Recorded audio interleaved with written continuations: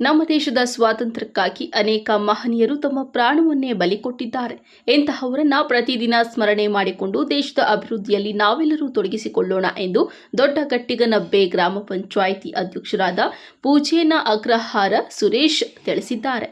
ಹೊಸಕೋಟೆ ತಾಲೂಕಿನ ದೊಡ್ಡಗಟ್ಟಿಗನಬ್ಬೆ ಗ್ರಾಮ ಪಂಚಾಯಿತಿ ಆವರಣದಲ್ಲಿ ಹಮ್ಮಿಕೊಂಡಿದ್ದ 78ನೇ ಸ್ವಾತಂತ್ರ್ಯೋತ್ಸವ ದಿನಾಚರಣೆ ಸಮಾರಂಭದಲ್ಲಿ ಅಧ್ಯಕ್ಷತೆ ವಹಿಸಿ ಧ್ವಜಾರೋಹಣ ನೆರವೇರಿಸಿದ ನಂತರ ಮಾತನಾಡಿದ ಅವರು, ದೇಶದ ಭದ್ರತೆ ಹಾಗೂ ಅಭಿವೃದ್ಧಿಗಾಗಿ ನಾವೆಲ್ಲರೂ ಶ್ರಮಿಸಬೇಕಾಗಿದೆ. ರೈತರ ಪ್ರಗತಿಯಿಂದ ಮಾತ್ರ ದೇಶದ ಅಭಿವೃದ್ಧಿ ಸಾಧ್ಯ. ಅನೇಕ ಮಹಾನ್ ಯುಗ ಪುರುಷರು ಜೀವದಾನ ಮಾಡಿ ಶ್ರಮ ವಹಿಸಿದ್ದಾರೆ. ಅವರ ಶ್ರಮದಾನದಿಂದ ಇಂದು ನಮಗೆ ಸ್ವಾತಂತ್ರ್ಯ ಬಂದಿತು. ಎಲ್ಲರೂ ಪ್ರತಿದಿನ ನಮ್ಮ ದೇಶಕ್ಕಾಗಿ ಮಾಡಿದ ನಾಯಕರನ್ನ ಸ್ಮರಿಸಬೇಕು ಎಂದರು. ದೊಡ್ಡಗಟ್ಟಿಗನಬ್ಬೆ ಗ್ರಾಮ ಪಂಚಾಯಿತಿ ಎಲ್ಲ ನಾಗರಿಕರಿಗೂ 78ನೇ ಸ್ವಾತಂತ್ರ್ಯ ದಿನಾಚರಣೆಯ ಶುಭಾಶಯಗಳು ಕೋರುತ್ತಾ, ಎಲ್ಲ ವಿಜೃಂಭಣೆಯಿಂದ ದೊಡ್ಡಗಟ್ಟಿಗನಬ್ಬೆ ಗ್ರಾಮ ಪಂಚಾಯಿತಿಯಲ್ಲಿ ಎಲ್ಲ ಸದಸ್ಯರು ಹಾಗೂ ಉಪಾಧ್ಯಕ್ಷರು ಎಲ್ಲ ಸದಸ್ಯರೆಲ್ಲ ಸೇರಿ ಸ್ವಾತಂತ್ರ್ಯ ದಿನಾಚರಣೆಯನ್ನು ವಿಜೃಂಭಣೆಯಿಂದ ಆಚರಣೆ ಮಾಡಿದ್ದೇವೆ.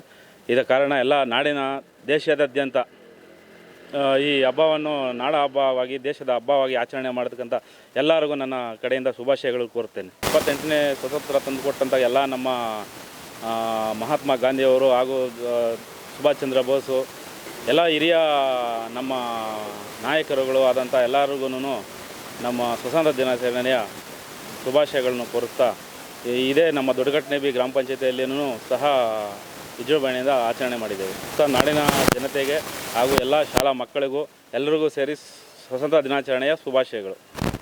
ಬಳಿಕ ದೊಡ್ಡಗಟ್ಟಿಗನಬ್ಬೆ ಗ್ರಾಮದ ಸರ್ಕಾರಿ ಪ್ರಾಥಮಿಕ ಪಾಠ ಶಾಲೆಯಲ್ಲಿ ಧ್ವಜಾರೋಹಣ ಮಾಡಿ ರಾಷ್ಟ್ರಗೀತೆಯೊಂದಿಗೆ ಶಾಲಾ ಮಕ್ಕಳಿಂದ ವಂದನೆಗಳನ್ನು ಸ್ವೀಕರಿಸಿದ್ದಾರೆ.